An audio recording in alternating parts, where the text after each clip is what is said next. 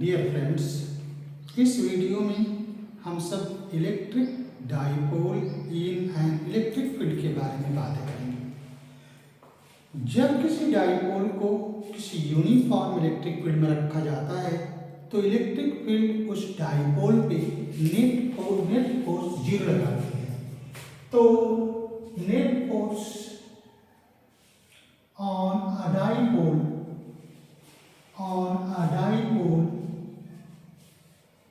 in a uniform electric field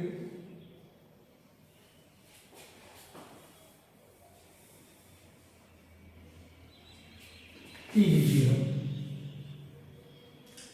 इसे हम कैसे देख सकते हैं कि इलेक्ट्रिक फील्ड में डाइपोल अगर रखा जाए तो जीरो फोर्स है। सपोज ये कोई इलेक्ट्रिक फील्ड है एंड सपोज इस इलेक्ट्रिक फील्ड की मैग्नीट्यूड ई है एंड सपोज इस फील्ड में ये कोई डाइपोल है, dipole minus q and plus q charge के two equal and opposite charge की बनी हुई होती है और वो दोनों एक दूसरे से बहुत नजदीक रखे जाते हैं। सपोज ये 12 डिस्टेंस पे है। सपोज ये डाइपोल कुछ इस तरह से इस फील्ड में रखा है कि डाइपोल मोमेंट नेगेटिव चार्ज से पॉजिटिव चार्ज पे होती है। सपोज ये डाइपोल मोमेंट इस तरह से रखा है कि डाइपोल मोमेंट इलेक्ट्रिक फील्ड के साथ थीटा एंगल बना रहा है। अब हमें बातें करनी है नेट फोर्स। तो पॉजिटिव चार्ज पे force electric field positive charge पे फील्ड की डायरेक्शन में फोर्स लगाएगा।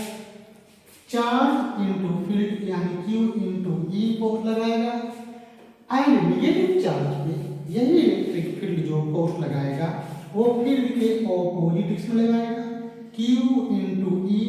सो अगर इसके फील्ड डायग्राम बनाए तो QE फोर्स इस डाइपोल पे इस साइड में लग रहा है एंड QE फोर्स इस साइड में लग रहा है। तो net force is equal to zero. तो जब कोई डाइपोल किसी इलेक्ट्रिक फील्ड में रखी जाती है, यूनिफॉर्म इलेक्ट्रिक फील्ड में रखी जाती है तो नेट फोर्स उस डाइपोल पे जीरो लगता है। लेकिन नेट फोर्स जीरो होने के बावजूद ये डाइपोल पे ये जो इलेक्ट्रिक फील्ड है ये डाइपोल पे एक टॉर्क लगाती है। Torque on a dipole, torque due to the field vector tau is equal to vector P cross vector E होती है। इसे हम कैसे प्रूव करें कि टॉर्क कितना लगता है? तो टॉर्क को देखने के लिए आप क्या देख सकते हैं कि ये दोनों चार्ज इक्वल एंड ओपोजिट हैं, एक दूसरे के पैरेलल हैं। तो two equal and opposite forces always form two equal and opposite forces along different lines form a couple. Two equal and opposite forces along different lines form a couple. And torque of a couple, here the forces on the two charges are equal in magnitude and opposite in direction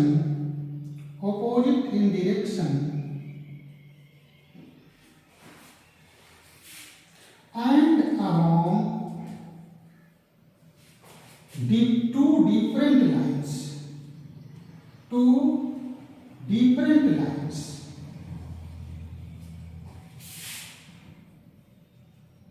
so they form a couple। तो जब two equal forces opposite direction में लगे तो वो एक couple का formation करता है। अगर वो एक कपल का फॉर्मेशन करता है तो टॉर्क ऑफ अ कपल कितना होता है? तो therefore torque of a couple, therefore torque tau is equal to दोनों फोर्स में से किसी एक फोर्स का मैग्नीट्यूड इनटू दोनों के बीच का डिस्टेंस। सो दोनों फोर्स के बीच का डिस्टेंस, यहां से एक परपेंडिकुलर ड्रा कर देंगे। ये थीटा है तो ये भी थीटा, क्योंकि ये लाइन एंड ये लाइन पैरेलल है तो ये ट्रांसवर्सल की तरह करेगा। अगर ये थीटा है और ये 12 है तो परपेंडिकुलर डिस्टेंस दोनों फोर्स की लाइन के बीच की जो डिस्टेंस हो गई, डिस्टेंस हमेशा परपेंडिकुलर डिस्टेंस ली जाती है, तो ये जो डिस्टेंस हो गई, अगर इन दोनों के बीच की डिस्टेंस 12 है, ये थीटा है, तो ये 12 sin थीटा होएगा, 2l sin थीटा। और जब दो फोर्स इस तरह से लगेंगे तो ये इस डाइपोल को इस तरह से घुमाने की कोशिश करेगा, इस तरह से घुमाने की, यानी इस कोशिश में थीटा की वैल्यू घटेगी। तो थीटा की वैल्यू घटेगी तो थीटा के डिक्रीज करने की डायरेक्शन नेगेटिव डायरेक्शन होती है। So torque is equal to minus q e into 12 sine theta. So torque is equal to q into 12 is called dipole moment, तो p e sine theta, q into 12 is dipole moment, so p sine theta. तो torque is equal to p sine theta. In vector form, इसको vector form में अगर लिखें तो vector form में आप क्या देख रहे हैं, इसे P क्रॉस E लिखूं या E क्रॉस P लिखूं, ये एक सवाल है। तो आप 11th क्लास की वेक्टर चैप्टर में ये बातें थी कि जब वेक्टर A B की ओर घूमना चाहे तो हम A क्रॉस B लिखते हैं, और वेक्टर B जब A की ओर घूमना चाहे तो हम B क्रॉस A लिखते हैं। तो यहाँ पर डाइपोल मोमेंट वेक्टर E के ओर घूमना चाहता है, तो इसलिए इसे लिखा जा सकता है vector tau is equal to vector P cross vector E। Vector tau is equal to vector P cross vector E। So torque on a dipole placed in a uniform magnetic field is equal to vector P cross vector। और साथ ही साथ ये torque की tendency क्या है? This torque tends to bring the dipole moment in the line of electric field। This torque tends to bring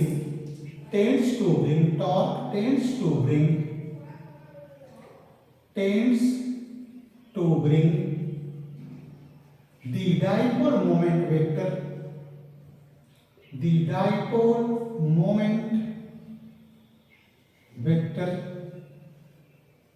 in the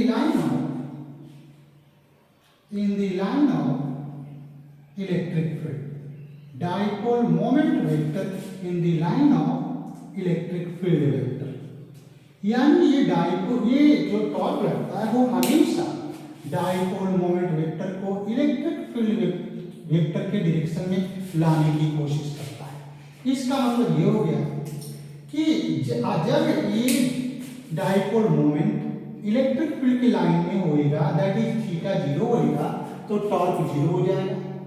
and जब ये dipole moment anti parallel to electric field होएगा, means theta 180 degree होएगी, तब भी ये torque 0 हो जाएगा। तो when force अगर हम डाइपोल की इक्विलिब्रियम की बात करें, equilibrium of a dipole in a uniform electric field,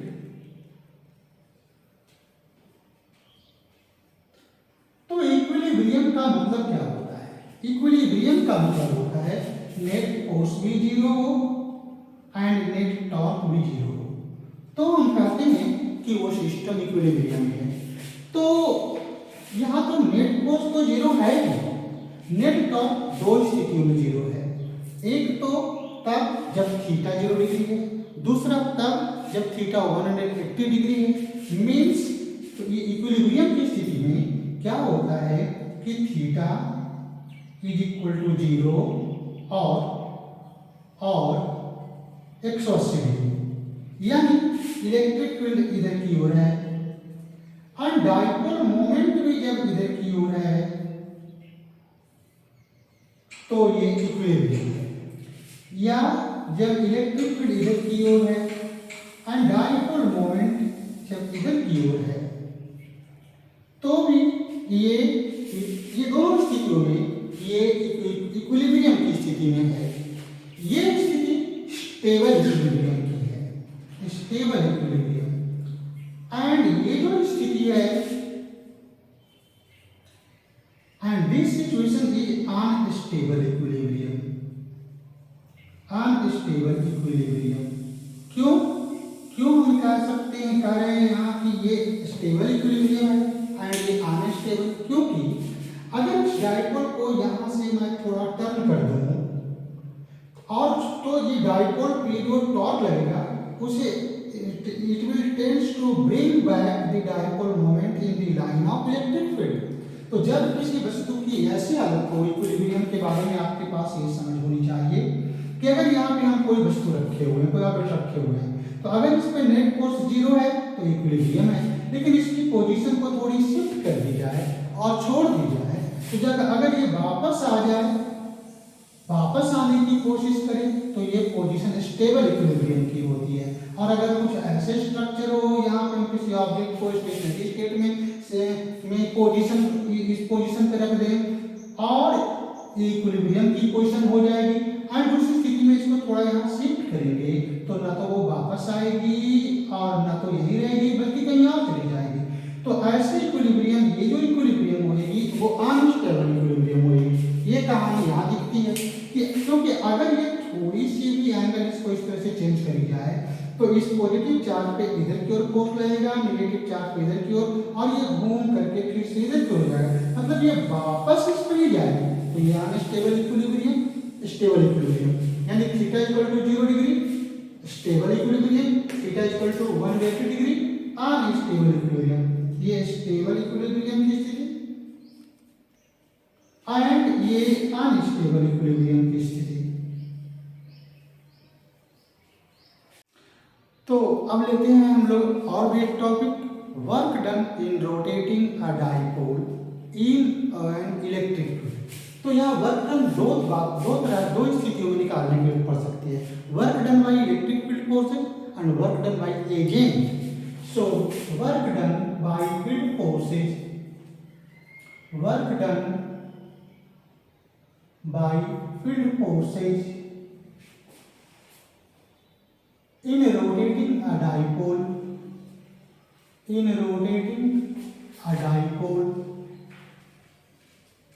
in a field, in a uniform field की हम बातें कर रहे हैं अभी, uniform field, work done by field forces in rotating a dipole in a uniform electric field, work done, field force मतलब electric, work done in case of rotation क्या होता है, integration of tau D theta.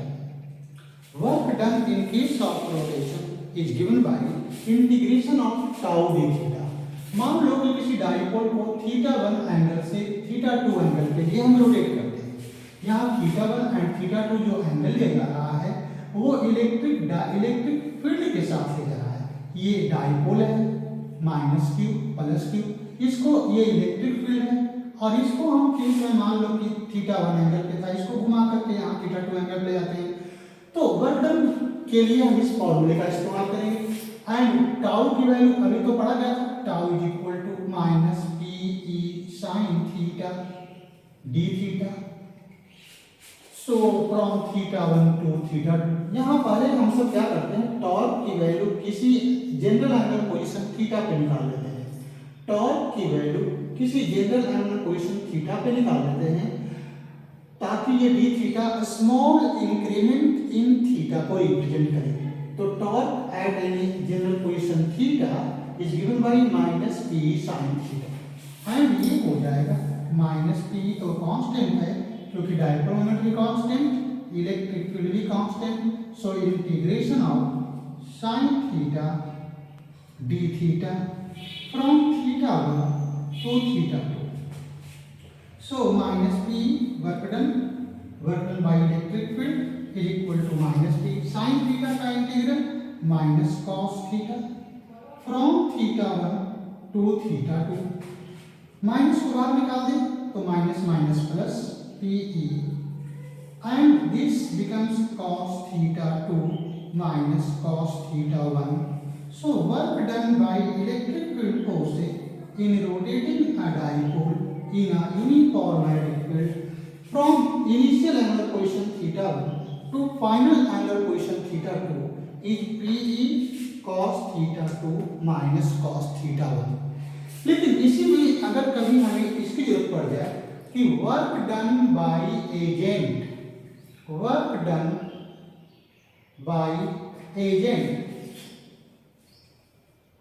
in rotating the dipole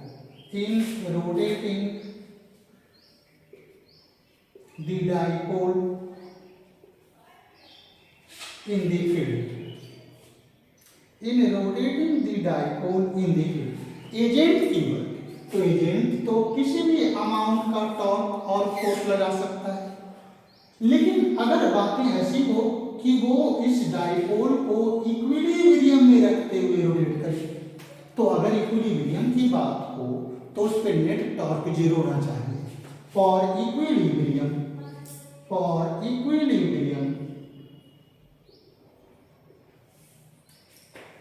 net torque is equal to zero. तो जब हम किसी dipole को किसी इलेक्ट्रिक फील्ड में रोटेट कर रहे होते हैं और इक्विलिब्रियम में रख करके रोटेट कर रहे होते हैं, तो दो तरह की टॉर्क उस पर लग सकती है, एक इलेक्ट्रिक फील्ड की टॉर्क, दूसरा एक एजेंट के रूप में हम जो उसे इक्विलिब्रियम में रखने के लिए टॉर्क लगाएंगे।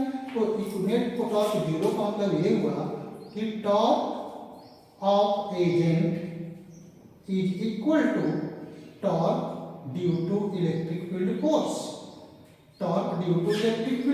और इसकी डायरेक्शन से ऑपोजिट होएगा। इसका मतलब ये हुआ, तो therefore work done by agent जो हो जाएगा और वो वर्क डन बाय जो इलेक्ट्रिक फील्ड फोर्सेज होएगा उसके नेगेटिव वैल्यू के इक्वल होएगा, क्योंकि मैग्नीट्यूड में एजेंट की टॉर्क इलेक्ट्रिक फील्ड की टॉर्क के इक्वल है, डायरेक्शन में ऑपोजिट है।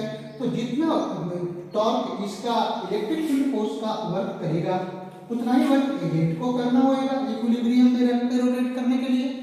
एंड साथ ही साथ क्योंकि वो ऑपोजिट से लग रहा है तो इसकी वर्क इसके नेगेटिव वैल्यू के इक्वल होगी। तो हम कह सकते हैं कि work done by agent is equal to negative of Pe cos theta 2 minus cos theta 1। So this is work done by agent in rotating the dipole in a uniform electric field। अब है potential energy of a dipole in an electric field. तो अब एक और भी topic इस पे लेते हैं जिसकी जरूरत पड़ेगी। Potential energy of a dipole in an electric field. Potential energy of a dipole in an electric field। Potential energy of a dipole in an electric field। तो पोटेंशियल एनर्जी की यहाँ तक बात है, जब कभी भी किसी ऑब्जेक्ट पे या किसी सिस्टम में पार्टिकल एंड पार्टिकल के बीच कॉन्जर्वेटिव फोर्स लगते हैं तो वहाँ पोटेंशियल एनर्जी का एग्जिस्टेंस होता है। यहाँ किसी डाइपोल पे इलेक्ट्रिकल फील्ड फोर्स लग रहा है और इलेक्ट्रिक फील्ड फोर्स या इलेक्ट्रिक फोर्स कॉन्जर्वेटिव नेचर का होता है, तो ये जो डाइपोल जिस फील्ड में रखा जाता है और उस फील्ड को जो चार्ज प्रोड्यूस कर रहा होता है, अगर उसके सिस्टम के साथ इसको देखें तो उसके साथ इसका एक पोटेंशियल एनर्जी होएगा। अब वो पोटेंशियल हम सब जानते हैं कि पोटेंशियल एनर्जी निकालने का कोई तरीका इस संसार में उपलब्ध नहीं है, बस हम चेंज इन पोटेंशियल एनर्जी निकाल सकते हैं। And change in potential energy given by negative of work done by electric field force. So del U is equal to minus, अभी हम लोगों ने देखा था work done by electric field force is equal to Pe cos theta 2 minus cos theta 1। So अगर इस value को हम ये कह दें कि थीटा 1 इनिशियल एंगुलर पोजीशन था, यानी डाइपोल मोमेंट इलेक्ट्रिक फील्ड के साथ थीटा 1 इनिशियली एंगल बना रहा था, फाइनली थीटा 2 बना रहा था, तो ये वैल्यू को लिख सकते हैं final minus initial is equal to minus Pe cos theta 2 minus Pe cos theta 2 minus cos theta 1। अब ऐसा है कि ui थीटा 1 को कॉरेस्पॉन्ड थीटा 2, क्योंकि फाइनल एंगल थीटा 2 है तो फाइनल पोटेंशियल हो गया। थीटा 2 की एंगल होने के हालत में इनिशियल पोटेंशियल थीटा 1 होने की हालत में हो जाएगा। अब ऐसा है कि when theta is equal to 90 degree means जब डाइपोल मोमेंट इलेक्ट्रिक फील्ड के परपेंडिकुलर होता है, डाइपोल मोमेंट इलेक्ट्रिक फील्ड के परपेंडिकुलर होता है तो उसकी पोटेंशियल एनर्जी जीरो मानी जाती है। Then potential energy of the dipole is taken to be zero. अगर ऐसी बात है तो हम इन थीटा 2 और थीटा 1 में से किसी एक को 90 डिग्री मान सकते हैं, और अगर हम थीटा को किसी एंगल को 90 डिग्री मान लें तो उसकी कॉरेस्पॉन्डिंग जो पोटेंशियल एनर्जी होएगा वो जीरो होएगा। तो देयरफॉर फॉर सपोज थीटा 2 लेते हैं, theta 2 is equal to 90 degree, the corresponding potential energy, the corresponding potential energy UF is equal to 0. So therefore 0 minus UI, 0 minus UI is equal to minus PE cos theta 2 means 90 degree minus cos theta 1. So minus UI is equal to minus PE cos 90 0 minus minus plus cos theta. तो therefore UI को अगर हम सिर्फ U से replace कर दें and theta 1 को सिर्फ हम थीटा से रिप्लेस कर दें तो किसी एंगल थीटा के लिए पोटेंशियल एनर्जी का ये फॉर्मूला होगा एंड ये हो जाएगा वेक्टर फॉर्म में U is equal to minus vector P dot vector E। तो जब कोई डाइपोल किसी इलेक्ट्रिक फील्ड में होता है तो उसकी potential energy minus vector P dot vector E ली जाती है अगर उसके परपेंडिकुलर होने, डाइपोल मोमेंट के इलेक्ट्रिक फील्ड के परपेंडिकुलर में होने के वक्त में पोटेंशियल एनर्जी को जीरो मान लिया जाए। तो ये हुआ potential energy of a dipole in an electric field. तो डाइपोल के बारे में इस तरह से हम क्वेश्चंस आने पे बना सकते हैं। तो इस वीडियो में इतना ही। Thank you.